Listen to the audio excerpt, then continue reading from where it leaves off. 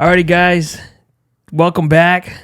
This is episode number 4 on the Unscripted Conversations podcast. My name is Jay. And I'm Molly. And today we got a pretty good conversation. It's one that's near and dear to us. It's something that we're excited to talk about. And hopefully some of our listeners will benefit from and maybe get some value from too. So, yeah. What are we talking about today, Molly? We're talking about being parents. Being a parent. Can you believe we're parents? Such grown-ups being parents. I know. Yeah. We're adults. Or adults, yeah. We finally crossed that line of being adults, but now we're real adults. Yeah. Well, I mean, having kids is a pretty big deal. It's a big decision. Yeah. It requires a lot of planning. Yeah. And that's kind of what we're going to talk about. Yeah, we are. Yeah, we're going to talk about a lot of different things on today's podcast. And this may not be a topic that many people might be interested in, but we feel that, with this podcast, we're going to talk about anything and everything. Last week we talked about the gym. Week before that, we talked about how we met. So all these episodes are going to be a little bit different. You may gain something from it. You may not. Some may be more interesting than others. But we feel that as a couple, we should talk about all these things, not only for our benefit, but also maybe for the benefit of our listeners too. So, yeah. Where should we start? I think we should start and just talk about how we had that conversation. And I honestly don't really remember. I don't remember us being like, oh, so do you want kids?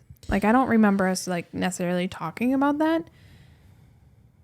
But at the same time, I'm not surprised by that because I feel like we both just had the same visions and same outlooks on life. So I think we both knew what we wanted, and it was just a fluid conversation for us. It wasn't something where we had to sit down and be like, okay, we're at this point in our relationship.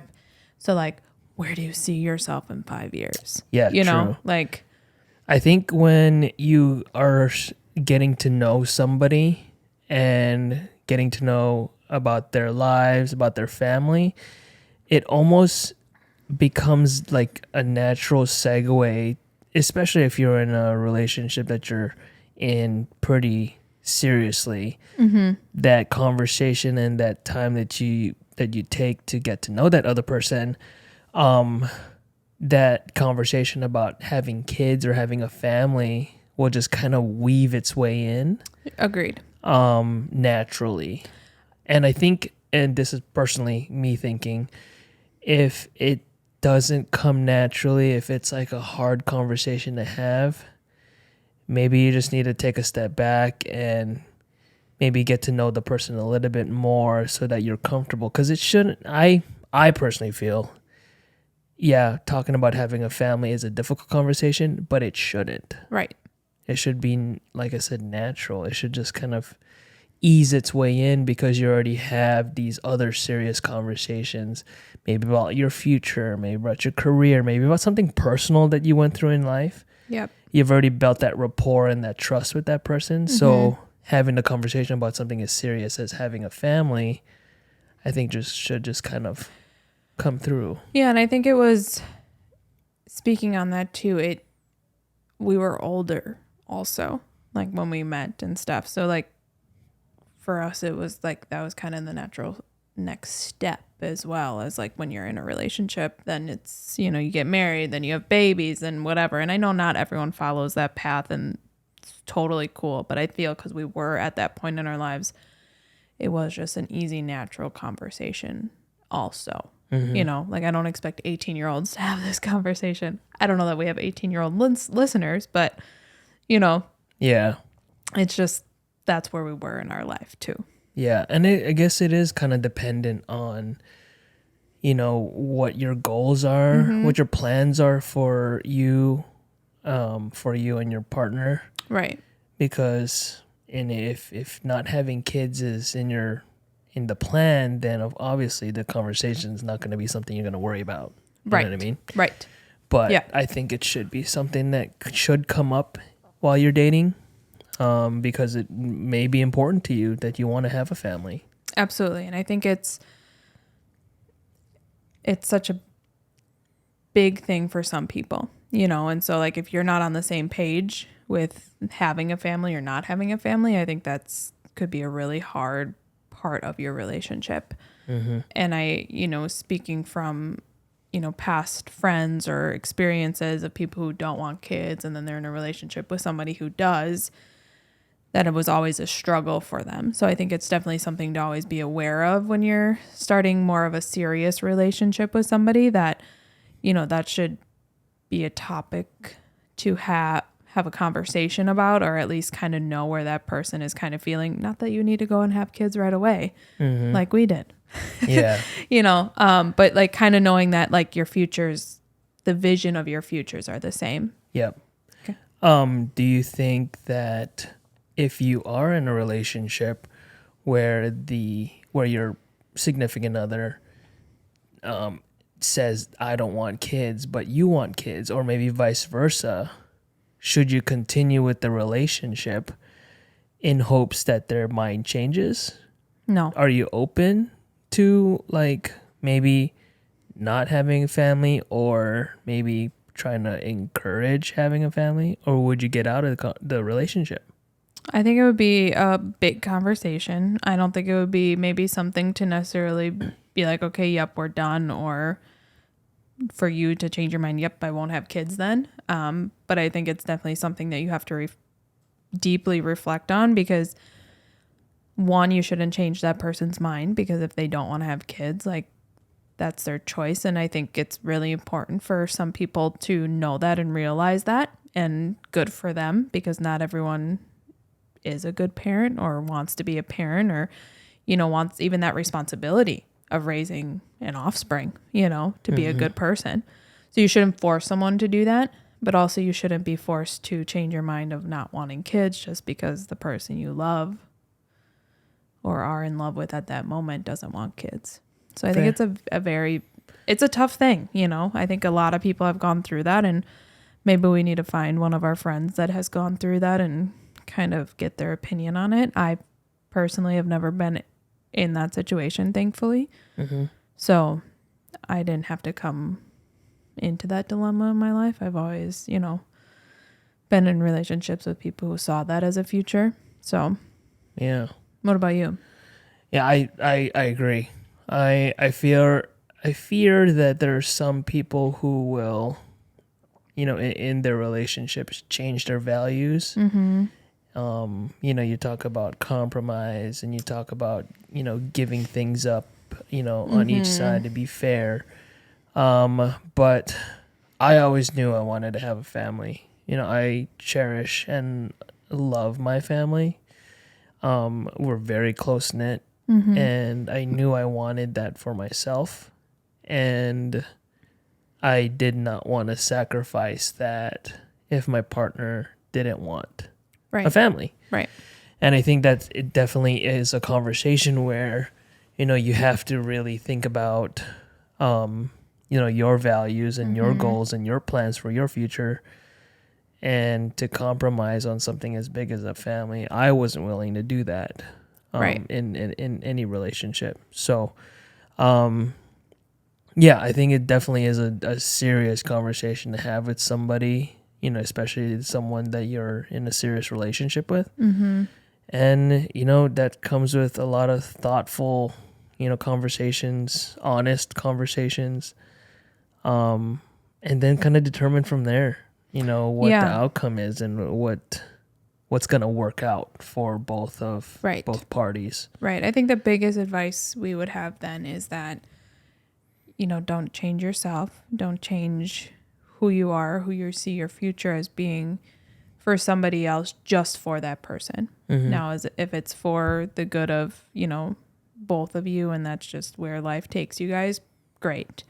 But don't settle, don't compromise. And I think we've kind of said that before. Maybe that's the theme of our podcast here. Yeah, for and sure. Our conversations. For sure.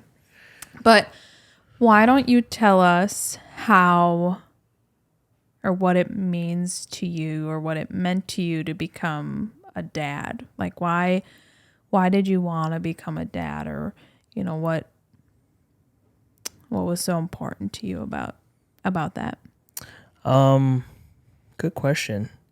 For me, I think it came down to how much I felt I could give and teach and raise a child or children, knowing that I had a lot to give, a lot of love to give. Now I have a lot of love to give to you, and I knew that I had enough, to love you, but I also felt that I could not only impact like your life, but my life would be impacted even greatly, sharing that love and that knowledge and I guess leadership to a child of our own. It was always something that I wanted to have in my life, like children, because seeing my parents selflessly raise me and my sister, and the hardships that they had to go through to get us to where we are, even today, it was only not fair, but it was only right that I pass it along, because that legacy that my parents are leaving for us, I hope to instill the same importance of leaving a legacy for my children, to follow in my footsteps. So I think it's almost just like carrying on, that that familyhood that my parents and my whole family actually kind of grew up in this culture of just being close. Yeah. Yeah. What about you? What made you want to, become a parent or become a mother? I don't know that there was like one thing, I think I just always knew I was going to have kids. And I never doubted having kids. I never doubted having kids. I was going to do a double negative there. I never was like, oh, I don't know if I want kids. It was just always, I wanted babies. I grew up an only child, so I think I always knew I wanted a big family because my family is so small. So I always, saw myself having 4 kids, and then I was like, maybe 2's enough. And then I met you, and you were like, 4 kids. So I think, a good happy medium somewhere in between them. I hope our child's not an only child. And I think, if for some reason we can't have our own kids after this one, I think we would, consider adopting. So that wasn't the route that, he took. And we'll see where life takes us, Oh, absolutely. But are you still wanting 4 kids? I don't know, man, Conrad. No, I'm just kidding. No, I, whatever God blesses us with, I'll accept. Yeah. Whether it be 2, 3, 4, 6, I don't know. We may have triplets one time. I don't know, but whatever. Says the guy who didn't go through labor. I did the easy part. No, whatever life, takes us, we're happy with Conrad. Conrad gives us a lot of joy. He's such a cute, rambunctious, random, moody kid. Yes. And we love him so freaking much. Who would have thought, you kind of touched on this already, but who would have thought we had enough love to give to somebody or something else? Mm-hmm. Our life has been so full of love, since we met, and the fact that we can still show each other so much love, but now also show so much love to this little kid who's just so perfect. Yeah. It's just... Well, and I tell this to a lot of my friends who are new dads. Shout out to a couple of our friends who just had their baby a couple weeks ago. just as I tell anybody and everybody who asks me how Parenthood's going, it's like I thought I knew love when I met Molly and was in love with her and still am in love with you. I didn't know I had even more love in reserves to share with like your own child. Mm-hmm. It was such an experience when he was born that I just like looked at him, and then when I finally got to hold him, I was like, holy smokes, like we created this human being. Mm-hmm. He's half of me, he's half of you, and I love him so much. Like I love that kid so much. Yeah. And it's so crazy because I didn't think I had this much love to give or to share. Yeah. But it just keeps coming. Just keeps coming. Mm-hmm. Yeah. So when did we decide we like wanted to start having kids? Like when did like I know we always talked about it, whatever, we knew that was our like goals. But like what made us start now? I gotta think back. Well, we got engaged. Yep. In 2021. Mm-hmm. In April. Yep. And I think, being raised in my family, like I'm older. Mm-hmm. So, growing up, my parents instilled like school, the importance of school, getting an education, having a career, and then start to think about having your family. In my case, I was taking a little too long. And so, my parents were kind of pushing like, hey, when are you going to start dating? Or, hey, are you going to get married? Hey, when are you going to give us grandkids? And I think when we got engaged, we're like, oh yeah, let's get married, like we'll see how, once we get married, we'll start having kids, yep. And I think we like knew like we'd get married and then we'd kind of like start right away. I think maybe we even had kind of the conversation of like, maybe we'll start like right before the wedding trying, right? Yeah. I think that was the plan, yes. Like to start a little before the wedding. Yep. So you weren't like pregnant 6 months pregnant during the wedding. Yeah. And just so our listeners know, so we met in February of 2020. We got engaged in April of 2021. Yep. And then we got married in April of 2022. So a year, like every single year, there was just a milestone in our family. But I think if we want to dive into what really was the catalyst in us having or starting a family, was the unfortunate news that my cousin was battling cancer. And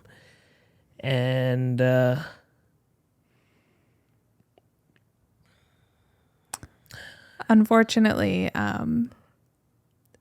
she wasn't going to be able to, fight for very long. And so it just kind of hit us that life is way too short.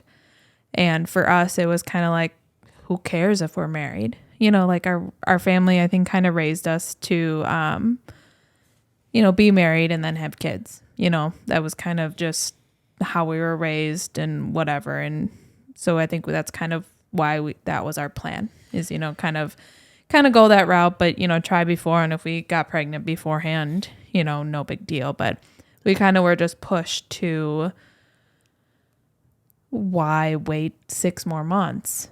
Yeah. When we have the time now, we know we love each other. We know that this is our goals for the future. I think what really helped us is that we just knew we were each other's person. Yeah. So there was no question. It wasn't like, oh, we need to wait this extra, year to really get to know each other and get married and then, take that next step. We just knew this was our life. It was like a natural course of action, really, right. in the plan. And just unfortunately, we realized how short life could be. Yeah.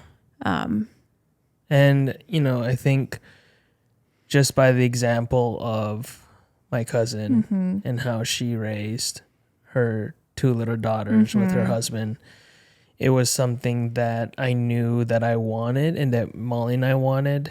And so we knew we wanted to kind of get things started and kind of follow in those same footsteps of our cousins and our, our family who have kids now. We wanted to kind of follow in that path because we knew, one, like you said, life was short, but two, that we had so much to give and that life wasn't worth waiting for. It's gonna pass you by whether you like it or not. So why not just, start if you're ready? Right. Why not? Yeah. So yeah, sorry about that. Just got a little emotional. But yeah, I think with the unfortunate passing of my cousin, I think we valued a lot of what family meant to each and every, each of us. And we started trying like soon enough after that, knowing that our timing couldn't have been any more perfect. God. We were very fortunate in that God had a plan for us, and we, got pregnant, and thankfully my wedding dress still fit. Yeah. So we ended up getting pregnant right at the end of October. I had found my wedding dress in August. Didn't get my wedding dress until January. And went to try it on at 3-4-ish months pregnant. Yeah. 3-ish. 2-ish. 2-ish. Glad you can do math. Okay. And it like fit perfect. Like snug, like with enough room to breathe, not tight. And I was like, oh shoot. Your planning was impeccable when you were looking for the dress. Yes. Because when she went dress shopping, we weren't really like trying. We weren't trying, but we had been talking about life's too short. Yeah. Why don't we just kind of talk about, getting ready to just let whatever happen. Yep. So I kind of knew that like, let's get a dress that was easily, could move around a bump and could, just work. In the case. Yes, just in case. Yes. Yeah. Well, we were very fortunate, but we are digressing a little bit from Parenthood. But yes, we were very fortunate. We're able to get pregnant and labor. Should we talk, or not labor? Should we talk about just pregnancy in general besides just the dress? Yeah. So we were already working out like pretty consistently at that point, or I should say you were always doing that. I was just kind of adding in. And so I was still a nurse working 12-hour shifts. So I was, trying to stay active as much as possible. And I would say staying active was really helpful. Yeah. I was kind of nervous to do things because you kind of like read stuff and, whatever. But my doctor was like, if you've already been active, stay active. Yep. What was the interesting thing, though, is that that summer before you got pregnant, so summer of 2021, you were like probably the fittest you've ever been. Like she looked great. You were like the lowest in weight I think you've been in a long time. You were the strongest, I believe, at that time. Yeah, I would think I'm stronger now. Oh yeah, for sure like, now. But at the time, like that was your strongest. Oh yeah, yeah. Probably the healthiest, I would say. Mm-hmm. And then, that's what I was gonna say too. Is like when we first started, we started we had signed up for that chalk Chalk Performance. Yeah, like. Oh, the nutrition plan. Thanks. Yeah. Like in like the whole thing where we had to like follow the workout, do the nutrition, like We Yeah, like tried the competition kind of thing. The whole program. Yeah. So, and I was just started like being pregnant. I was like, oh, can I do this? You know, like, can I, you know, watch my macros? Can I, you know, Count is that calories. healthy? You know, like whatever. But I think it really was. Like, I mean, I think I still kind of cut a little bit, like my calories, but I felt like if I was eating the proper protein, fat, carbohydrates in a healthy balance, it was okay. Yeah. And I think what really helped out too was that staying active. You know, you read all this research and you read all these like recommendations and stuff, and there are a lot of athletes who stay active during pregnancy, and we're probably, you know, jumping ahead too quickly here, but staying active during pregnancy almost makes the labor process a little bit more bearable, a little bit more, I guess I don't want to say easy. Right. But. Right. But I think, and people describe it as, you know, running a marathon. So your marathon was easier than somebody who didn't train. So it's almost like you're training for labor. And so I think that's where it's easier, you know, in quotes for those people not watching, you know, because labor isn't easy. Yeah. And everyone has their own experiences and has their own feelings about it and has their own things that happen during labor, you know, so it's not easy by any means. But when you train for the event, it's easier than if you didn't. That's a good analogy. That is a good. I like just came that. up with that one. Did you really? Yeah, I'm so proud of myself, man. Trademarked, everybody. Oh my god. Yeah. So, when you were working out though, what was your biggest fear? I don't know that I knew what to fear, but like I didn't want to hurt anything. You know, like I didn't know if doing too much weight was gonna be dangerous. Like I remember the one time I lifted the 45-pound weight and I hit my belly a little bit and it wasn't even that big. So, you know, you were just nervous. Next time around, I don't think I would be as nervous. Like, something I plan on doing is looking more into like pregnancy and weightlifting and stuff. And I've found a couple different, programs and things that I'm going to follow. Yeah. I'll talk about, you know, once we get to that point again, you know, so like just being a little bit more, learning a little bit more about it. So I'm not fearful, but now that I know what pregnancy is and I know what to expect a little bit more, I'm not as scared, you know? And it's kind of crazy too, because there are like CrossFit athletes who right now, Tia Claire Toomey, she was doing like hang cleans and overhead push presses and her belly is just hanging out there. Yeah. And she's scaling the weight a little bit. Scaling the weight meaning she's using less weight than is prescribed in a particular workout. But she's lifting and I'm just like, holy smokes, like don't hit your belly, girl. Yeah. Like doing those hang cleans. Yeah. She's just barely clearing her belly. But I mean, that goes to show that she's comfortable doing it. She understands her limitations. And understands her body. But that there is no real limitations for most people. Right.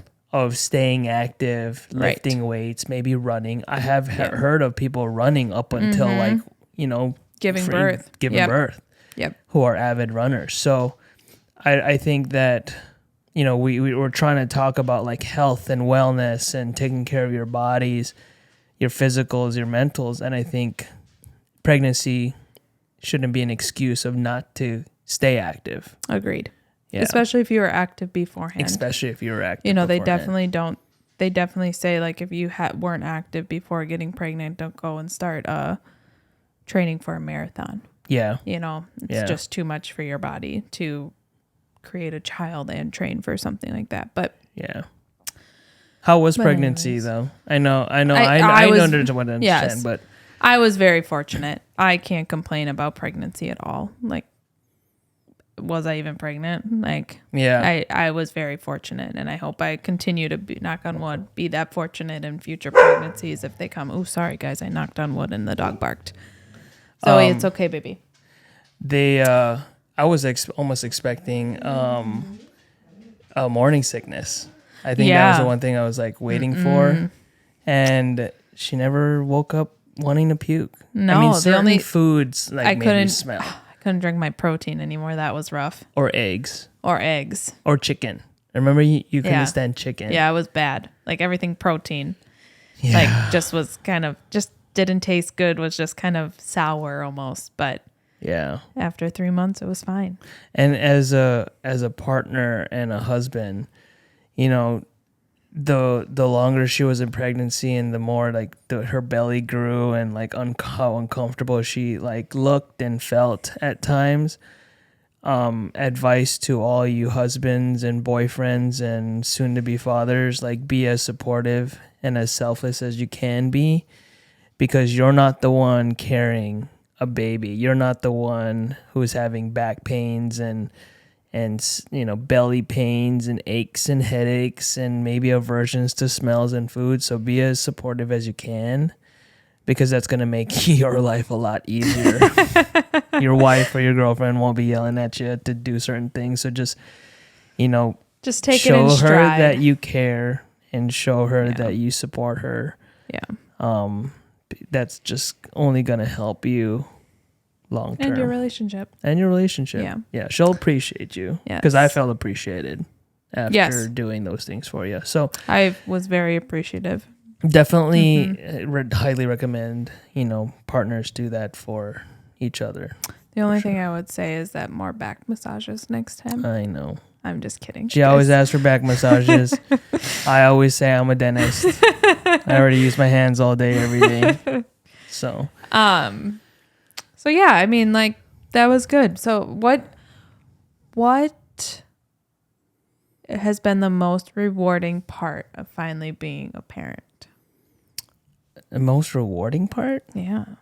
Man. I mean, our little guy is only going to be 7 months old this weekend. Yeah. So, like, we have a lot to learn and look forward to. And, you know, it's only been 7 months. Yeah. But, like, what's been the most rewarding?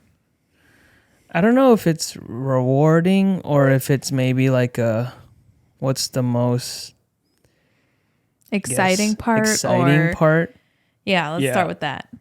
Is it's nice to like come home now. Like I would probably say within the last month and a half, maybe 2 months, to come home, and when I walk around the corner and I'm like, "Hey, bud," like a big smile would come across his face. I think that's probably the most exciting thing that I've experienced like thus far, because that just means like he recognizes me. Mm-hmm. He knows my voice. He knows that I'm his person. Yeah. You know, his dad. You know, I don't know if he knows that, like, what dad or mom is. Yeah. But he knows his people. Yeah. So I think that's the most exciting thing for me, is like coming home and seeing him and me saying hi and him realizing who I am, and then smiling really big. That's a good one. Yeah. What about you? I like that one too. Not what I would like, what I had thought of, but I would definitely agree with that. It's definitely nice when I leave in the morning to go to work. Like, you can kind of tell he's like, but where are you Mom, going? where are you going? Where are you going? And he thankfully has not cried yet when I leave. So hopefully that never happens. That stage never happens, because that'll just break my heart. But I think the most rewarding thing for me is just having this child that relies so much on you and being able to comfort him and be his mom. You know, like just basically just be his mom, like, and just provide for him and just be a mom. Like, that's just so I'm still like, I'm a mom. Holy crud. That's crazy. Like, yeah, sometimes it doesn't feel real. Yes. Like, am I mature enough to have a kid? Like, am I old enough to have a kid? Yes. You know, you always talk about, am I old enough? Like, heck yeah, I'm old enough. I'm 35 years old. Like, I should be old enough to have a kid. But, like, it's wild. It's like, it's just so crazy to, like, I'm still like, feel like I have to pinch myself. Like, we have a family. Like, I mean, I know me and you were family, me and you and the dogs were family, but we have a little family. Like, and I think of the future of like being a parent 10 years down the road, 20 years down the road, 30 years down the road. Like, and it's going to come fast. We're seeing him getting married. Like, I think about that stuff and like, it's like, what? Yeah. Like, and I think a lot of parents will vouch and say that it's never like, it never is real. Right. Like, cause one moment they're, you're pregnant. The next moment they're graduating from college. The next moment you have your own grandkids. It's like time flies. And I think the important thing is to just kind of hold the memories together, because that's what's going to carry you through like those times when you start to reminisce on the past and be like, okay, well, did I make good use of that time with them? Right. Like, I think one of the things I think about sometimes is like, he won't want to have mom and dad hold him, or like cuddle with him, Yes. He's not really a cuddler yet, like a true cuddler, but there's going to be a time when you'll be like, oh, like, Conrad, let's cuddle. And he's going to be like, no, dad, like that's weird. Babies do that. Yeah. So I think making sure to appreciate every single one of these small moments, and they may not be big, monumentous moments, but just these small moments where your baby looks at you and smiles, or, just cuddles with you when you're feeding them, like those small moments you got to hold on to because time's going to fly. Yeah. I definitely have greater appreciation for our parents. Yeah. And parents in general now being a parent, and you just really understand their worry for you, how much they love you still, just the different things that you saw them do as you grew up, you have more appreciation for. Oh yeah. Like, it's just, and it's just kind of crazy. They made life perfect for you. Yes, without it maybe not being perfect for them. For them, yeah, right? absolutely, like, yeah.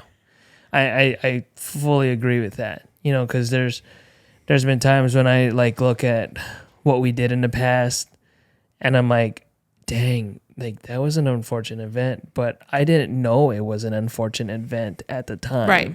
You know, as a child, we didn't know it. As an adult, looking back on it, you're like, oh wow. Yeah. Like we couldn't afford that, right? But we got that, right.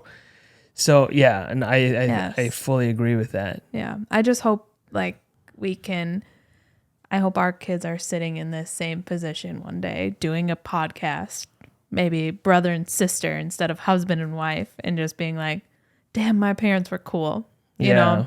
I mean, I think that's what every parent's hope absolutely is, Yeah, but I hope we do it right.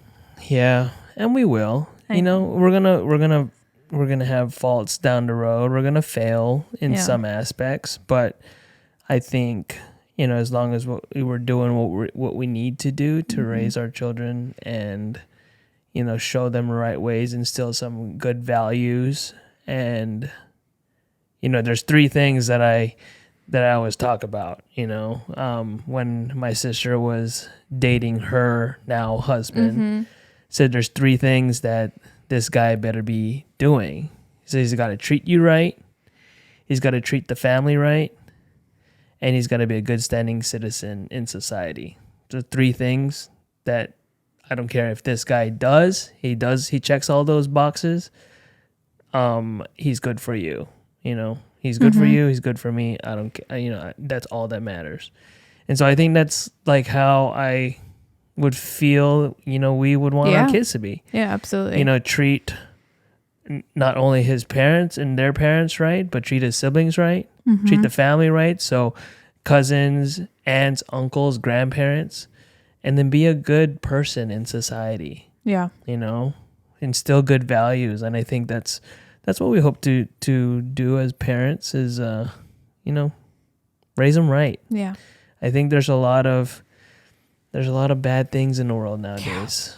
A lot of hate, a lot of, challenges that young people, older people, people of color are facing, and that's a totally different topic that we're not going to touch on. But no, we'll go on for hours. Otherwise. Yeah, but I think setting that foundation and understanding with your significant other on how you want to raise, your family and do the necessary things to prepare yourself for parenthood is going to make the journey a lot easier.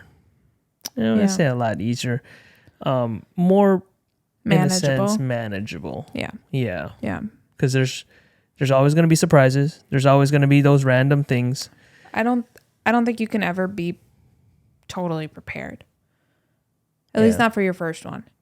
Yeah. Like after the first one, you're kind of like, okay, now I kind of know what to expect, right? Yeah, yeah. But preparing for the first one, it's like going in blind, and you basically are, right? Like you can watch people have babies. I have cousins, and between the two of them, I watched 10 kids be raised, and I still wasn't prepared. Yeah. Like 10. It's not until you have your own. Right. And you go through it yourself that you're like, what do I do? oh, okay. This is what this is. Yeah. This is what it means to be a mom, Do we have any advice for preparation to become a parent? In what sense? How do you prepare to be a parent? Like just in general. Well, from personal experience, there's no book or manual you can read. You can read everything and do your studying, but nothing really will come to fruition until you're actually in the moment figuring things out. I agree, and I think there is that innate like kind of sense like once you have a child, like kind of how to do things. Oh yeah. Right? Like is that the right like description? I think it becomes almost natural in a way on how to manage things. I think those books and manuals and courses you can take are there to set a roadmap in a sense, maybe like guidelines. Yep. It's almost like a GPS. Kind of gets you on the right direction, but you can take a right or a left turn when you need to. Yeah. Yeah. I mean, it'll get you back on the path, but yeah, I would say they're more like guardrails, so you don't fall into a ditch and fail. Like they'll give you some good advice on how to manage certain things, but I wouldn't take those things as Bible. No. In my opinion. I think for you and it was good to have like a book to kind of read and just like get an idea of like what to expect. Yeah. But, and I think when it came down to sleeping, for sure. We should do a whole nother podcast on sleeping. Yeah. Because Jay was a maniac about getting our child to sleep. And I'm very thankful for it. I'm not even like... Yeah. Because we followed a plan even when he didn't have a plan. Meaning we followed a routine of some sort, even though when they are a newborn and a couple days old, there really is no routine. True. But we just kind of went through the motion of like, we woke up, we ate, we played a little bit, and that was usually like a little bit of tummy time or talking to him, and then he went to sleep. Yeah. And we kept that kind of routine, and that's what ended up working for us. So yeah. And if I may toot my horn, because we followed that routine, our kid is sleeping 10 to 12 hours a night. Yes. From month number 2. Yes. Yeah. So it was a little benefit. I didn't say it wasn't. I'm saying it was very good, but you were a little anal about it in the beginning. That was neurotic. I'm very thankful. That was neurotic. He watched a sleeping baby course before we even had the baby. Like 3, whatever. It's fine. It's cool. I love it. I'm so glad you did that. Because I didn't have the time to do that. And so like you doing that research and you figuring out what the best stroller was for us and what the best car seat was. And, let's start with these bottles and try this, and things relieved so much anxiety for me. And all I had to worry about was having the dang kid. Like, I didn't have to worry about anything else. And that was so helpful. I was also in the middle of school or finishing up school, getting my nurse practitioner license and things like that. So I had a lot of other things going on, but you're just that person. You're that person who does the research and does the analyzing of everything. Yeah, I definitely love researching stuff. And I appreciate that because I hate doing that. Yeah, I love it. It stresses me out too much. There's too many options. I mean, yeah, there's too many options, but there's also a lot of options to compare. Yeah, I can't. It's too much. Yeah, I loved it. And I think that's one thing that some parents should do is one parent, or if not both parents, should do some research and kind of figure out, what they want. Tired over there? Yeah, I'm sorry. Everybody's just seeing you yawn. Oh my gosh. I tried to cover my mouth and I hit the mic, so I just let it happen. Well, we are recording this at night after we put our kid to sleep, so yeah, so I'm allowed to yawn. It's the end of the week. We're tired, but we want to, record these podcasts for you guys because we understand the value that it may provide. And when we're talking about parenthood, I mean, we could go on and on and on, but I think at the end of the day, some of the key points that we talked about today that we want to kind of reiterate is, one, preparing to have that conversation with your significant other about becoming parents. If that is in your future, if that's in your plans, that conversation should be had with your significant other. And it may be a tough one. It may be a conversation that you don't want to have, but it is necessary that you do. And to also be honest with each other when you're having that conversation. Another point that I think is going to be important too is, make sure to take care of each other. During pregnancy, there are responsibilities for, the husband or the wife or your boyfriend, girlfriend, partner. So I don't think there's any time to be selfish when you're starting a family. You have to carry the yoke together because now you're in it together. Right. Parents is not just, in some instances, it is a single parent household, and that's okay. We're not discriminating or, counting that as invalid. But when you have two people, each person should carry the yoke and share in responsibilities. One person shouldn't take all the burden of having the child. And I think that's what we did good with. Yeah. We definitely share the burdens and share the challenges and share the good times. And yeah. Yeah. Yeah. So I think that's us being parents, or how we became parents. Yeah. Right? Kind of a roller coaster, actually. It has been a whirlwind of a year, like we've talked about. Yeah, and it's going by so dang fast. So dang fast. We only almost have a 7-month-old. Yeah.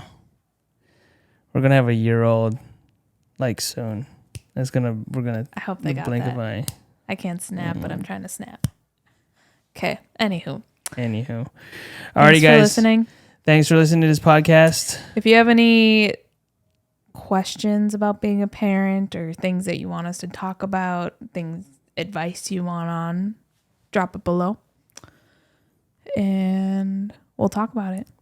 Yeah. We'll probably make a video of some sort of the gear and the baby stuff that I researched and probably recommend. It's worked for us, and a lot of people other parents have used these same products and value them too. So if you're a new parent or if you are planning to have, a family soon, we should have something put together as far as recommended baby stuff, strollers, car seats, bottles, stuff, like clothes. Yeah, stuff that diapers. Worked with us for this child, and maybe we'll have another podcast in a few years that is stuff that worked for the next one. Yeah, and stuff that didn't work either. Yeah, or that we felt that just wasn't necessarily worth the time or money. Yeah, we'll put together another podcast talking about that stuff. So, we gotta do our research and planning a little bit on that one. It won't be so much as an unscripted conversation. It'll be slightly scripted. Alrighty, guys. Thank you for joining in again. This is the Unscripted Conversations podcast. I'm Jay. And I'm Molly. Thanks for listening. And stay tuned for more podcasts. Follow us, like, subscribe, spread the news of this podcast so that your friends and family can benefit from listening to us speak. So have a good night. And whatever you're doing, we're there with you. And take it easy. Bye. Peace.